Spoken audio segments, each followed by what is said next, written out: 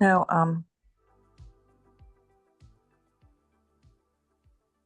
it's the showcase of some project that they're doing. Hi, welcome. We'll get started in a few minutes. Harris, per you. FF package respond.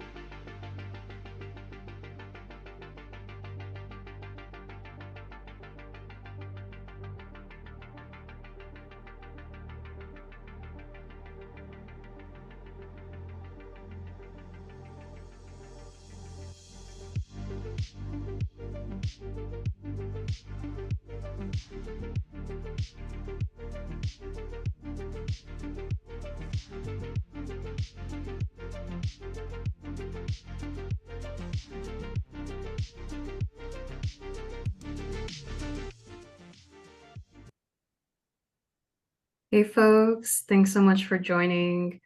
We are very excited to see all the affiliations that you have coming in. Thank you so much for making the time to join us from all the different coasts, from up in Canada.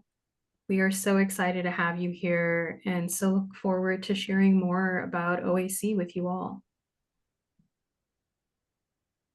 Welcome, everyone. Thank you for joining. My name is Shalini Agrawal. I am one of the co-directors for OAC, and I'm excited to share what we've been working on.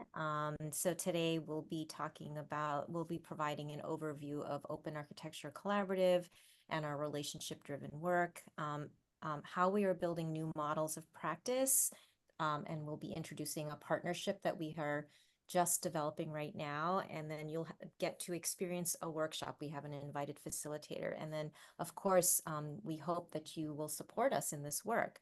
So so we'll just get started. So I just wanted to give you a brief overview about Open Architecture Collaborative. We are a learning community, many of whom are here in the room with us, that builds equitable design capacity for architects, planners, and professionals who shape the built environment. And we have a history as well, and I'm going to pass it to Garrett Jacobs to kind of share a little bit about our history of the organization. Thank you, Shalini. Thank you, Almas. My name is Garrett Jacobs. I use he, him pronouns, based out of Oakland, but calling in from Chicago right now. And I'll just share that our organization was started around 2015, formally incorporated in 2016. And we have constantly been a learning organization, which is responsive to the needs of the folks within the network.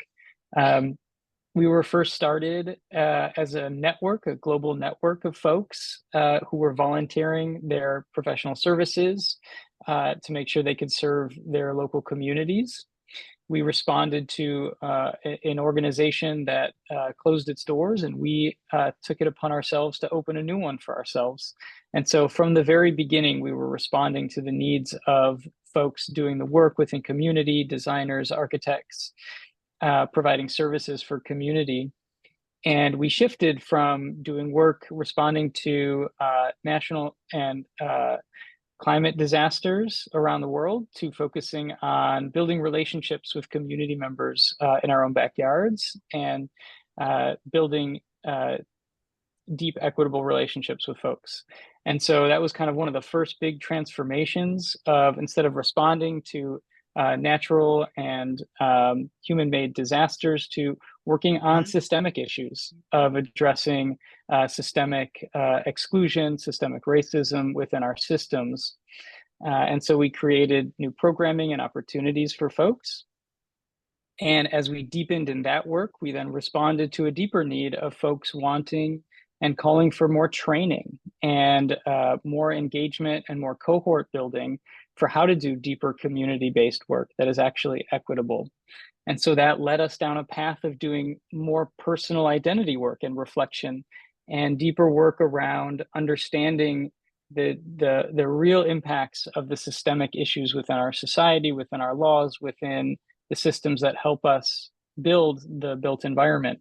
And so that led us to Pathways to Equity, which was an educational forum in which we trained ourselves together and created a community of practitioners, and then went deeper and did work with community organizations with a pilot in Oakland. And we kind of kept going deeper, which led us to kind of where we're at. And I'll pass it back to Shalini to talk about the details of this work. But I just wanted to share that we're a constantly learning and growing organization based on how folks in the network grow deeper to both themselves in authenticity and equity and in relationship as we do community-based practice. Yeah, thank you, Garrett. So Garrett mentioned our, our programs. So many of you may be familiar with these, but a quick overview. We have OAC's Pathways to Equity, which is our in-house, I guess, training program that really centers equity and anti-racism and how we engage communities. That has led to Equity in Practice Fellowship, which is a deeper practice, deeper training around relational design, and it's a year long.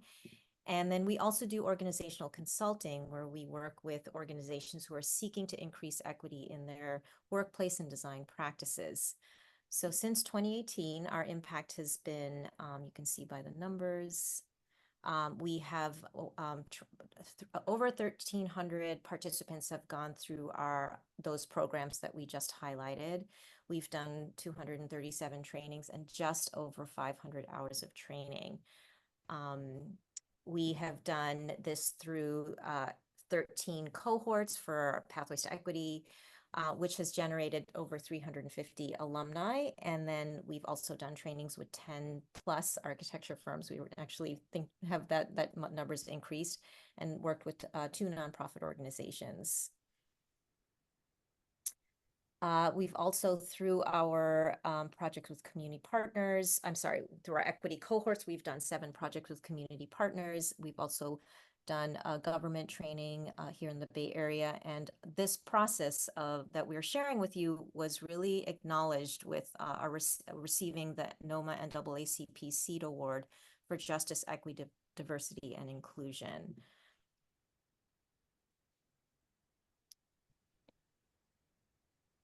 Yeah, I just want to kind of wrap up the history and share that this is quite a celebratory moment as we're, kind of again deepening from all the learnings over these past few years of training, calling for a deeper next level of the work, which we'll talk about today, but also just want to share, here and celebrate our new board members who joined this year.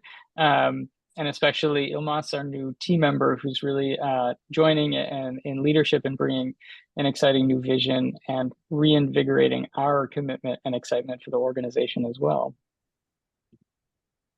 And yes, we are growing our team. I'm so just thrilled, pleased, and humbled to have Almas join our team. Almas is an architectural designer, community organizer, and storytelling, and they bring their architectural design practice and over 15 years of working with immigrant communities on social justice issues related to state surveillance, detention, and deportation.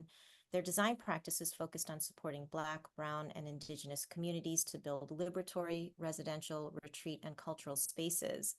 Almas's advocacy has led them to work at grassroots nonprofits across the U.S. and the U.S. Department of State, and they have taught at the Department of Architecture at the University of Maryland in College Park. I know Almas from shared networks and with community design groups, and I'm excited to bring them on board in a leadership role. And they've already had an impact on the work we've done with their commitment to a holistic approach to equity in the built environment. It is my pleasure to pass it on to Almas now. Yeah, thank you so much, Shalini and Garrett. I'm so excited to be here, part of the leadership team at Open Architecture Collaborative, and very grateful to bring my experience that has been shaped by social justice and community-driven work to OAC. And I wanted to share a little bit more about it because I think where a lot of us might resonate in our shared home at Open Architecture Collaborative is because we believe that the traditional architecture and design practices we have been taught and are practicing in are upholding inequitable systems and lack an interdisciplinary lens. We believe in cultivating new models of design practice through 3 different priority areas: addressing racial inequity, inserting healing and wellness into our practices and solutions, and connecting our work with land and climate justice. We're doing this by offering the trainings we talked about, focused on systems thinking, understanding the structures, policies, and cultures in place that uphold racial inequity. We're cultivating shared learning and practice community, knowing that change happens with support, care, and accountability with your peers. And our curriculum incorporates a healing justice lens. We know that investing in our wellness, physically and mentally, enables us to be intentional and thoughtful in our community engagement and design practice, and to heal from the systemic injustices we experience. We are also ensuring land and climate justice are on the forefront of our programming, recognizing the interconnectedness of racial and environmental justice. Our programming shares skills and strategies for design practitioners to incorporate these climate-driven solutions across scale. And we encourage the practice of rematriation, a term used by Native American women of Turtle Island. It is a practice of restoring a people to their rightful place in sacred relationship with their ancestral land. We've poured these values and vision into our fellowships programming curriculum, offering mentorship, training, and funding for fellows to pursue relationally driven design projects. Some of the inaugural cohorts projects include a community workshop for Salsal Creek restoration in Oakland, California, Mud Kitchen, a podcast showcasing environmental stewardship in the Mid-Atlantic. You can like and follow on Spotify and Apple Podcasts. And the This Is Home team, who created a traveling teach-in to explore the architectural landmarks in Palestine, the families that have stewarded them, and the forms of Israeli apartheid architecture, planning, and policy that are erasing the history and memory of Palestinian homemaking. Participants are invited to dream and remember as Palestinians do of their homes and homeland, contributing to an art build for a future traveling exhibit. You can learn more about each project on our website and Instagram. Offering these projects mentorship and capacity building support is how we grow more possibility models of what design can look like, what a project team can look like, what design solutions we celebrate. We know we're not alone in sharing this vision. So many of you on this call might feel its pull too. We want to invite you to join us, grow and change the field of design and creation with us. At times, the growth looks like reflection, and learning from our inaugural fellowship program, and particularly the This Is Home team, we understand the need for the fellowship to be in person and place specific to deepen our learning, community building, and actions. Future cohorts of the Equity in Practice Fellowship will experience it in partnership with Foxfire Ranch. Annette Hollowell, also joining us today, is one of the stewards of Foxfire Ranch, her family's recreational farm, retreat, and entertainment venue in northern Mississippi. Leading the revival of the Sunday juke joint tradition in Mississippi Hill Country and hosting social justice leaders for convenings, Foxfire Ranch is a beacon and sanctuary space for Black and Brown land and cultural stewardship. Annette, Shelony, and I first crossed paths about a decade ago, meeting in built environment and community-centered spaces in New Orleans. In the decades since our first meetings, we have each deepened our individual practice of working with land and supporting BIPOC designers, creators, and artisans. We aim at OAC to be intentional in this work and to support existing racial, land, and climate justice work led by BIPOC land stewards, agrarians, organizers, designers, and builders in the US South. OAC is partnering with Foxfire Ranch to co-create a fellowship that will be a bridge between architects and designers with BIPOC land stewards in this region, and to do it in a way that is uniquely ours, but a model for others to adapt and build on. To share more, I would like to introduce Annette Hollowell. Annette wears many crowns: mother, entrepreneur, facilitator, and lawyer with a particular calling towards community building, peace work, and Black liberation. She is a manager, land steward, and advisor to Foxfire Ranch, an 80-acre recreational farm and entertainment venue that has been in the Hollowell family for more than a century. She is an excellent hostess, committed to holding interracial and intergenerational spaces for rest, retreat, deep learning, connection, healing, and celebration. Her story is rooted in ancestry, culture, and Mississippi's longstanding legacies of Black land ownership. Welcome, Annette. Thank you, Almas, and good evening, everybody. It's so wonderful to see your faces and just to be able to learn about this work and share about this work. Again, Annette Hollowell. I'm calling in right now from New Orleans, Louisiana, but I'm always representing Foxfire Ranch, my family's ancestral land on this side of the continent here in North Mississippi, in the North Mississippi Hill Country. And it's hard for me to talk about anything related to this work without a little bit of storytelling. So if you'll indulge me, I'm going to do that. And just to kind of presence why I'm so excited about this partnership and the potential of the work that we're doing together. As Almas shared, my family has been on this land for over 100 years. Well, if we look at census records, it looks like it's closer to 200 years in an area of Mississippi that has historically had high rates of Black land ownership. My father was born on this land. All of his siblings were born on this land. When he was growing up there, it was a very common thing for Black families to hold 400 and 500 acres, to be self-sufficient, to be interdependent, all of these different things. And so I find myself at this juncture of having surrendered to this call from my ancestors, surrendered to this call from the land to continue to hold it as a space for gathering, for community. And I've been clear that my charge is to think about at least the next 100 years. You know, it's like, these are sizable chunks, digestible chunks. We've had it 100 years. Think about the next 100 years. And when I think about that, collaborations like this really fulfill my highest intention for the land.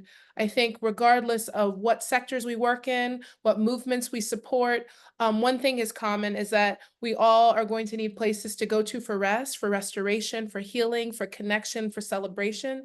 And it doesn't matter what your field is. And so any kind of partnership that recognizes that starts with that as a basis for, hey, in order for us to be right in the work that we're doing, we have to make sure that we're intentional about building and creating spaces and sustaining spaces that nurture people, that replenish people, that allow people to reconnect to a more natural environment, to slow down to a different pace of operation.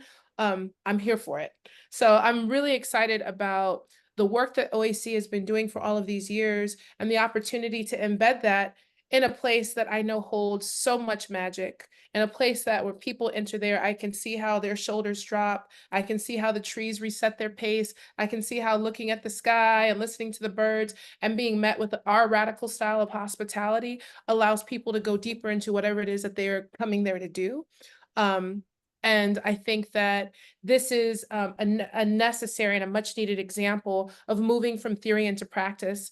I work in a lot of different spaces, and the last several years has really been in a lot of land movement spaces. We find ourselves in this moment where resources have been going to land, land retention, organizations working with Black and Brown farmers and agrarians. And something that I think continues to be highlighted, and something that I think needs to continue to be practiced, is really getting people on the ground, really slowing down and making sure people are embedded in a place, have an understanding of a place, so that we can all collectively vision about the future of these places, the role that it plays in supporting our communities, the role it plays in supporting our work and our movements. And so I'm excited to be involved in a partnership that is doing just that.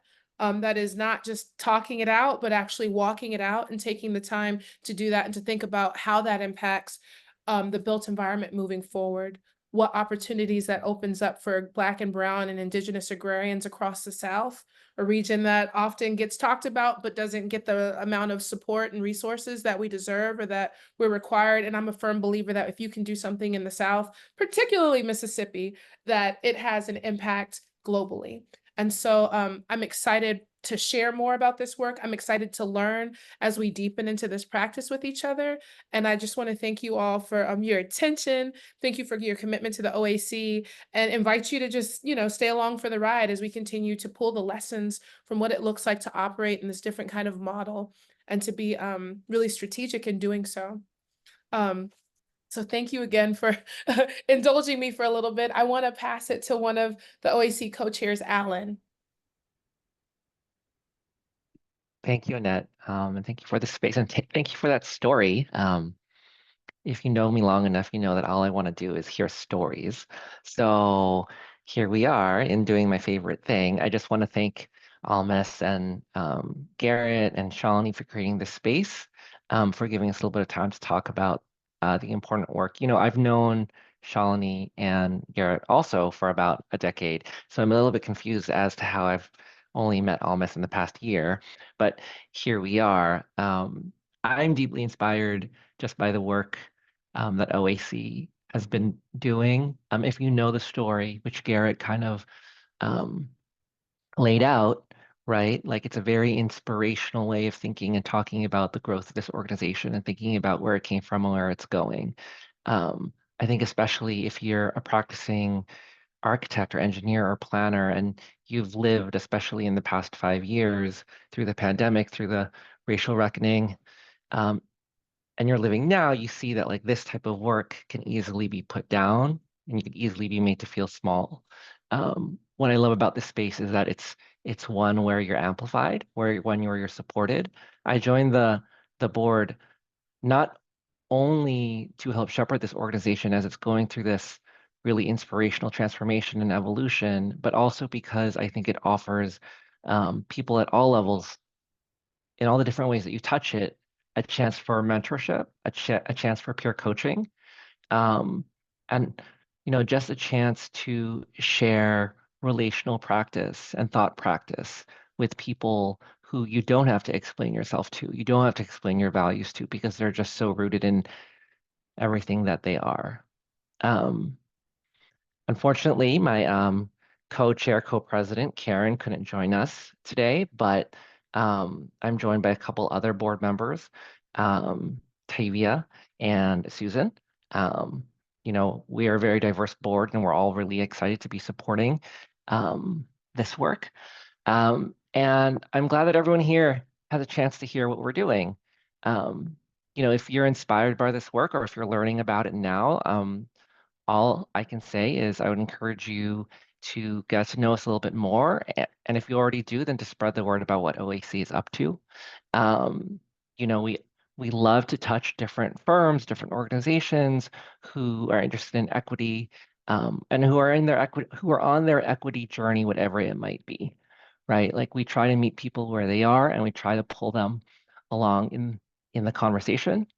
And then, I'm going to start talking really slow so you can all take a look at this beautiful QR code and consider supporting our end of year giving campaign. We have an ambitious goal of $35,000 to support this organization in building the new models of design practice that Almas so beautifully laid out. And this amount so far is based on individual giving. You know, we've said it many times in many forums, we believe in the power of community, and we would love to have your support. We would love you to consider this cause. And yeah, we hope to continue in partnership with all of you. I'm going to pass it back to Almas. Thank you so much, Alan.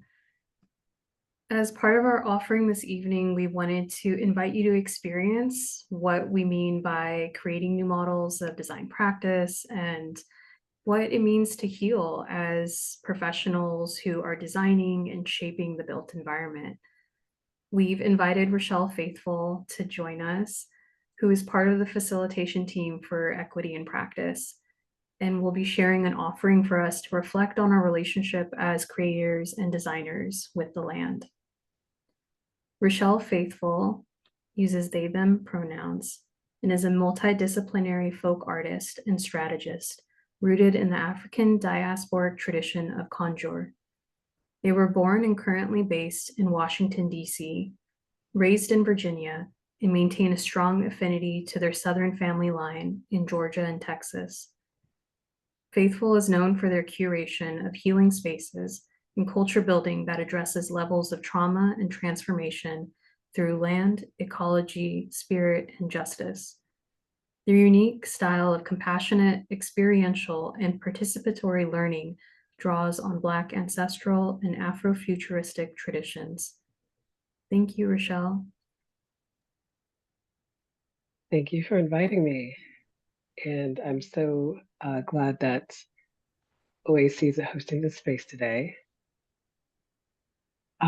So before we actually begin this practice, I do want to offer an introduction to somatics. Some people are familiar with somatics as being this field of bodywork and movement studies that really emphasizes the internal physical perception and experience. And for those of you who are into entomology, often somas refer to a Greek word that roughly translates into the body as perceived from within. I pretty much distill somatics as being just a form of embodied knowing. So in many ways, these practices are really ancient. They have a deep lineage. And there are a lot of different branches of somatics. So today, we're going to practice folk somatics, which is what comes from these older traditions and practices. And today, in particular, we're going to do a body-based meditation. I designed this practice back in 2017. I call it a generational body scan. And at the time, I designed it for land workers, land stewards, and a number of other people who were supporting land justice work. So not everyone identified as a person that worked with land, but everyone was part of that ecosystem. And it's a reminder that we all have a relationship with land. We all come from places that are shaped by land. We live on the Earth's very surface. We build on land for our survival. And of course, we depend on land for our food, fuel, and other essentials.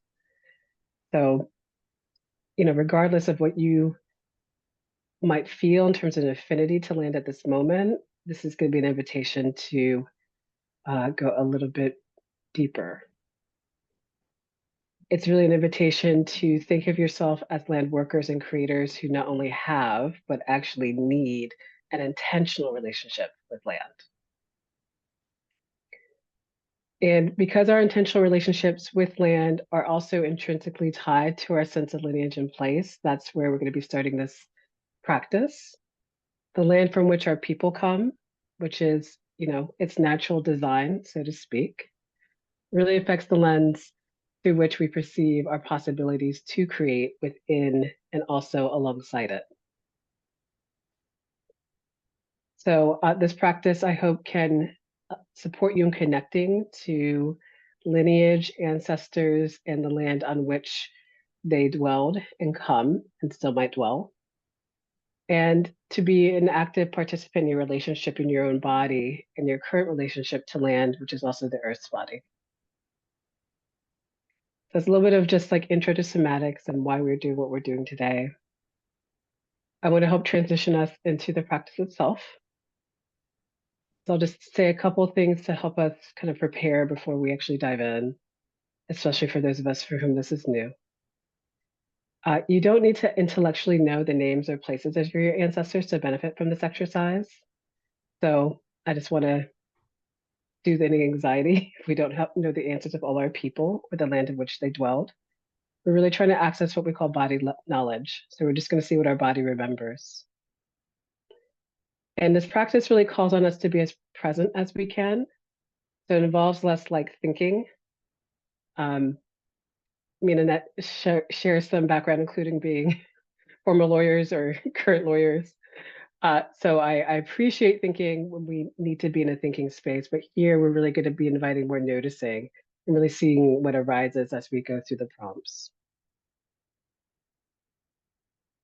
And of course, bodies are homes to pleasure, but also pain, right? So as a trauma-informed practitioner, I want to acknowledge that somatics may not be available to everyone in every moment, and that's okay. If you're feeling activated or dissociated through the practice, I'll just invite you to make it your own. For some people, that's going to mean you're going to need to physically move more. For others, fidgeting will actually be like very, very soothing and regulating for you. And for others, like even just watching me on the video will be part of your practice. So I'm just going to invite you to please do whatever allows you to feel connected. And it doesn't have to be the exact thing that I am instructing us to do. So our two main inquiries as we start this scan is first, which ancestors viewed themselves as extensions of land? And what can you remember from their legacy in your creation and your design, right? Which of your ancestors viewed themselves as extensions of the land? And what can you remember from their legacy in your creation and design? And then which ancestors enacted domination over or violence on land? And what can you transform through your creation and design? Which ancestors enacted domination over and violence on land? And what can you transform through your creation and design? Almas, thank you for including that in the chat. Remember, we're not going to be thinking about this actively, but this is going to be what we're going to be opening up, and we'll come back to these questions when we finish. Okay, friends. We're going to get started with the practice. And first, I'm going to invite you to choose a position to start with. For some people, you can feel comfortable sitting down like I am. For others, you may want to lie down. That will feel most restorative to you. For others, you may want to stand up and lean against something for support. But in this practice, some people also like to be cameras off. So if you would feel more open with cameras off, please do so. There's no pressure to stay camera on, but if you'd like to stay camera on, you're welcome to do so too. Give folks just a moment to kind of find where they want to be.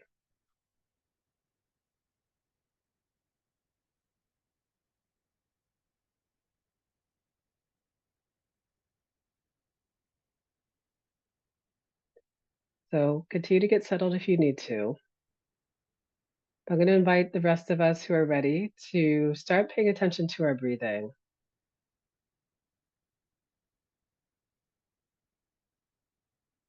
We're not going to be on a count or anything like that, but I will invite us just to be low and slow. So the intention is just to notice our breathing.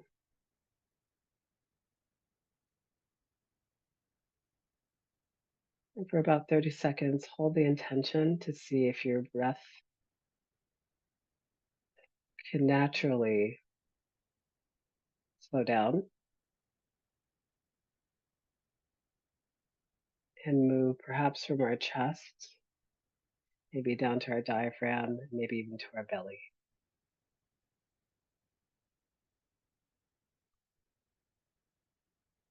Low and slow.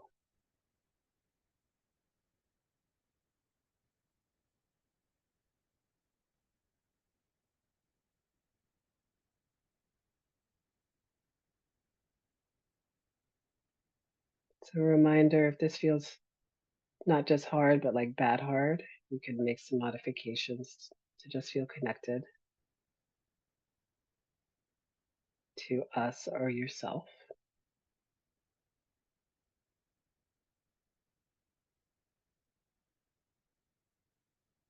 And next, I'll ask us to find our center and to do that through our feet. So this might be different if you're lying down. If you're lying down, you can simply notice the contact you have with the part of your body that is lying down. And by center, I mean to just try to find what allows us to feel like steady. That might mean actually relaxing some parts of our body, allowing us to be supported. For others, we might have to test our balance.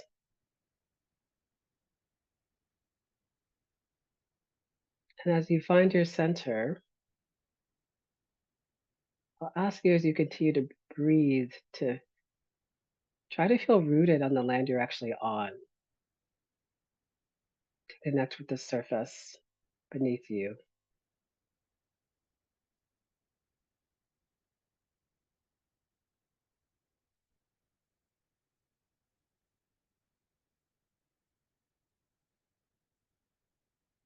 Finding our center and rooting to the land we're actually on at this moment.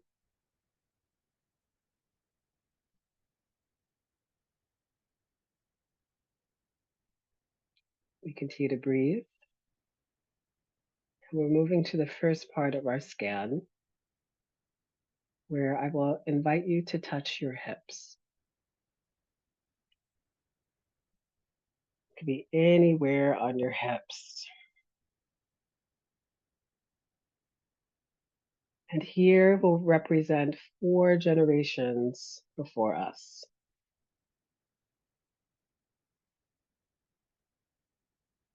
This would represent our great grandparent or grandparents,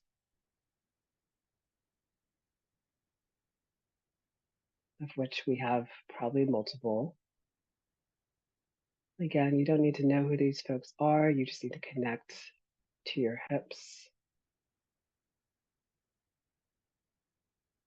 Allow them to represent 4 generations before. We'll spend about a minute asking our bodies about the land on which they lived and what their relationship was to it. To ask your hips to share about the lands on which your great grandparents lived and their relationship to the land.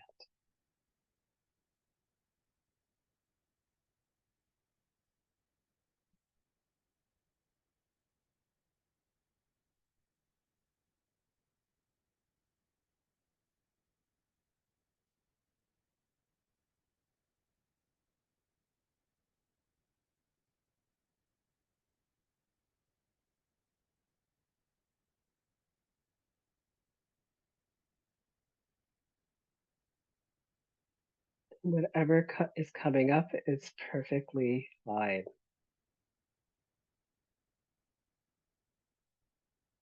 You can always just notice the sensations of touching your hips and trying to be present with those sensations.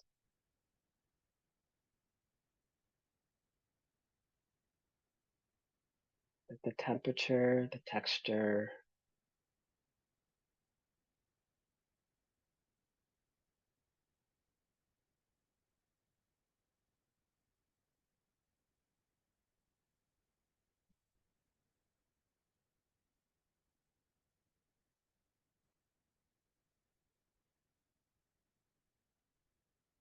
we're going to transition here and we'll gently remind us to breathe, and we're going to move our sense of touch to our bellies. And where you feel in your belly might really depend. So I'll encourage you just to touch your way through. Here, our bellies are representing 3 generations before, our great grandparents, of which there are probably multiple again. So just invite you to feel what comes up. We're asking the same question. We're asking our belly to share on which lands they lived and what their relationships were to that land.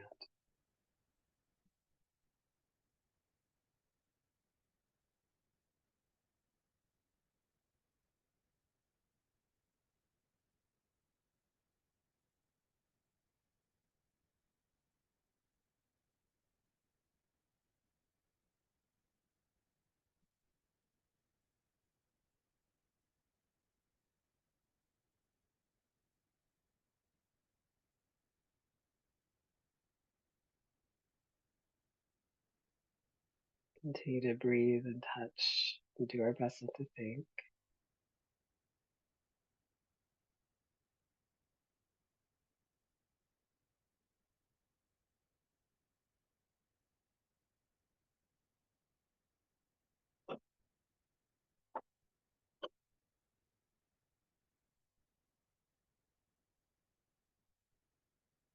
Take a few more deep breaths here.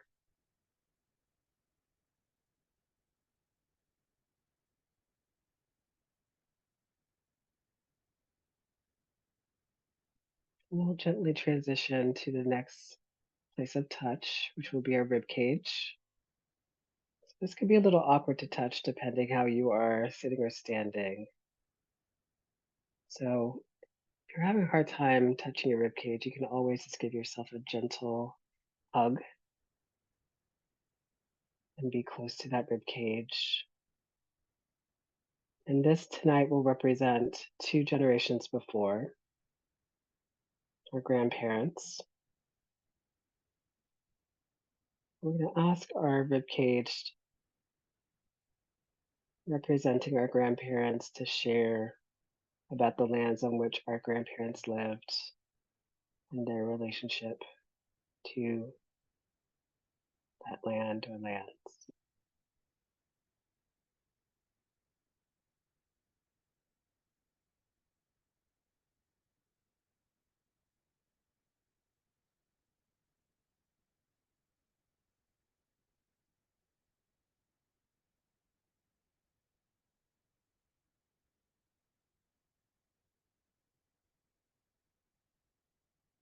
Remember to breathe, and you might need to be a little more gentle around the rib cage, very tender place.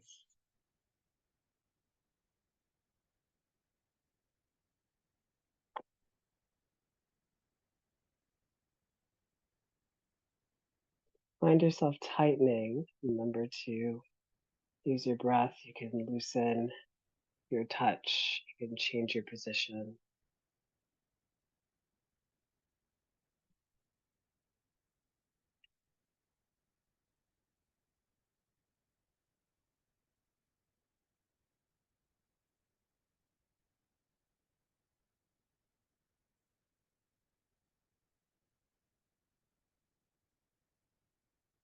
We'll be here just a moment longer.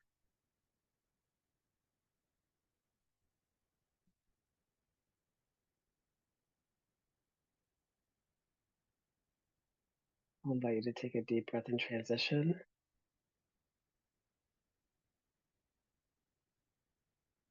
And we're going to move our touch to our hands. And tonight, our hands will represent just 1 generation before our parents, of which there might be 1 or there might be multiple.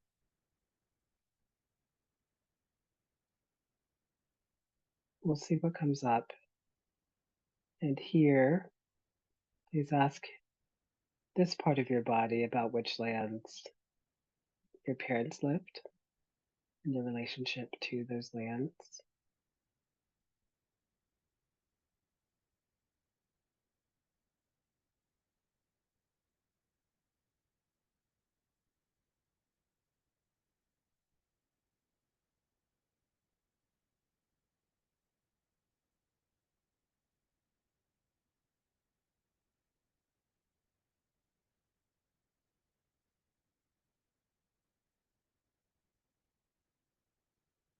Gentle reminder to breathe,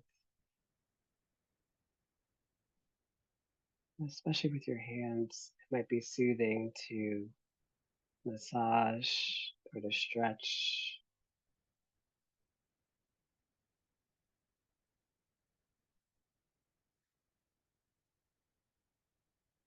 To rub together.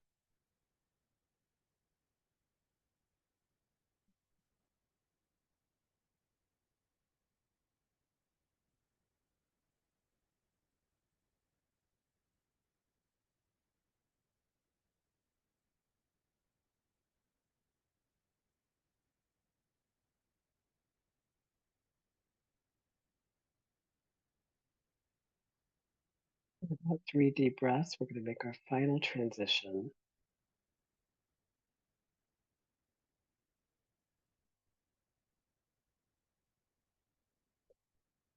We're going to move our touch to our teeth. So you can choose how you'd like to touch your teeth. It can be through your mouth and cheeks, or you can go directly to your teeth.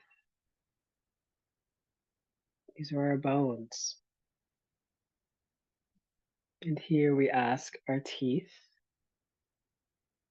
part of our bone structure, about the lands on which we have lived. These are the bones of the earth that are represented through the bones in our body. So not only do I want you to explore your relationship with land that you have lived on, to imagine what your relationship with land and what it could be.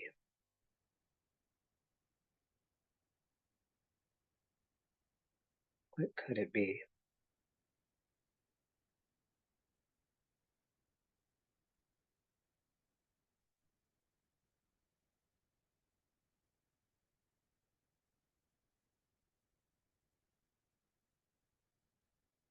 You can breathe into that question.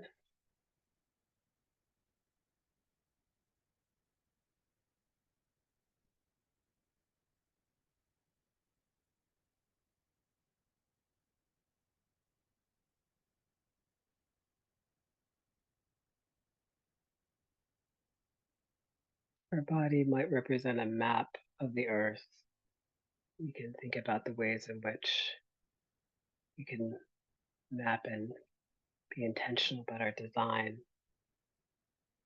through our flesh and also through the land itself. I'll invite us to take a deep transition breath as we come to a close. I'll invite you to begin to return to center, especially through your feet or the surface that is touching what's supporting you.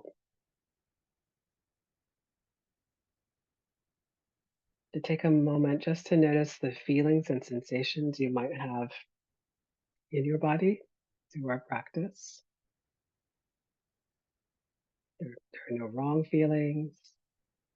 There's no sensation that is atypical. You just notice without judgment.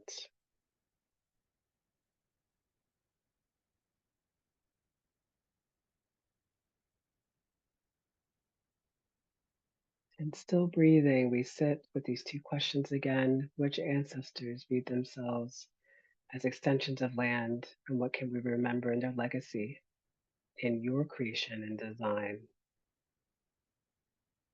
And which ancestors enacted dominion over and violence on land, and what can you transform through your creation and design? Let's take 3 deep breaths, really releasing your body connection to the lineage you just traveled that you don't need to carry with you.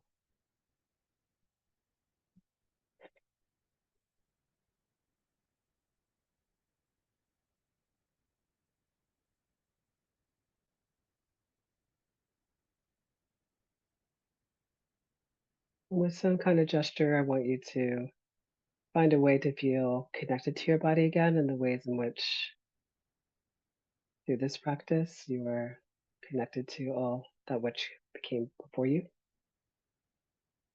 all that sustained life, and the life that has created you, that you do want to carry forward. So I want to offer gratitude for all of us for being in this somatic practice.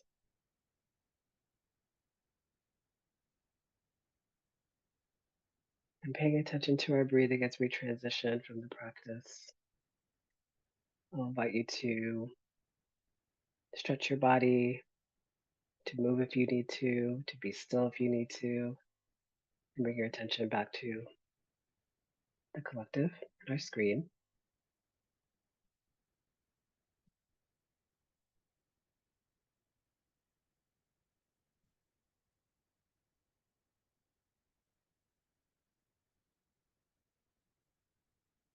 So thank you for practicing. I know we don't have a ton of time left, but I do want to invite just for 1 minute to see if there's anything that folks want to put into the chat to share about their experience, any insight you're bringing forward, anything you just noticed about your practice that you feel like you'd like to share, or any connections that you might be making. So we'll just leave 1 more minute for folks to share in the chat.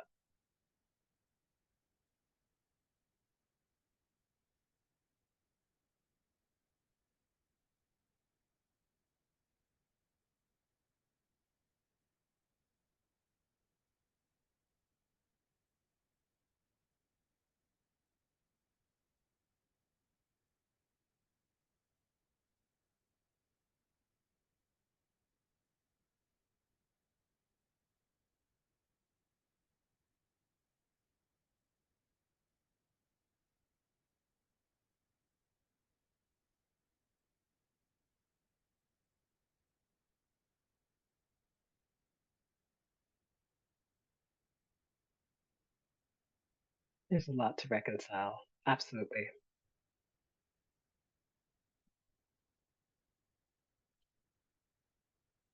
A lot to say about that.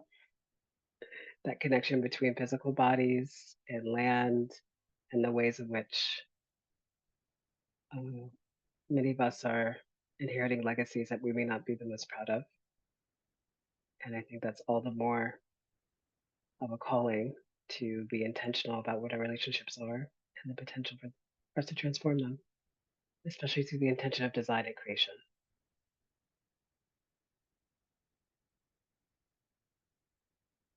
I'll read out these 2 more comments.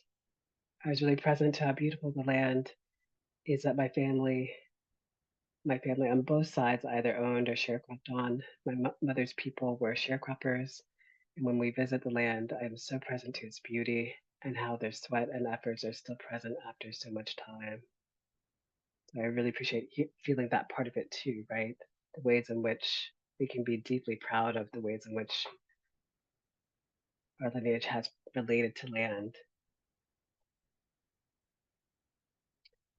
And just to comment that I do deeply needed that in this moment, and having no idea about if my great grandparents owned land in Eastern Europe or not. So perhaps it's an inquiry for us to continue to learn about. And the last comment, I don't think I ever considered 4 generations back what my ancestors embodied remembers about land, but it felt like walking barefoot in fields in ways I feel called to do tomorrow in remembrance. And what a beautiful honoring that is. So thank you all. I know we could spend a whole day doing this kind of work together, but I'm grateful to spend about a half an hour with you tonight and continue to do this collective work together. Almas, I'll pass it back to you. Thank you so much, Rochelle, and really appreciate our OAC community joining us to experience a little bit of what we offer to our fellows, to participants in our training programs, and how we're shaping the future of our equity and practice work. We wanted to leave some time for you all to meet with one another if you have the capacity.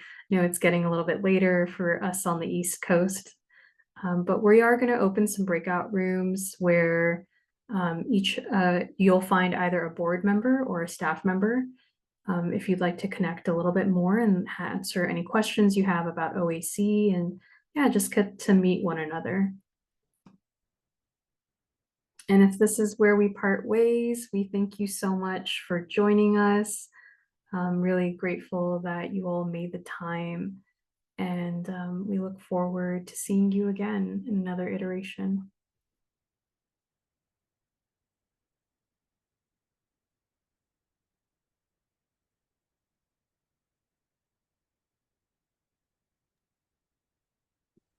Thank you, Rochelle. That was really beautiful.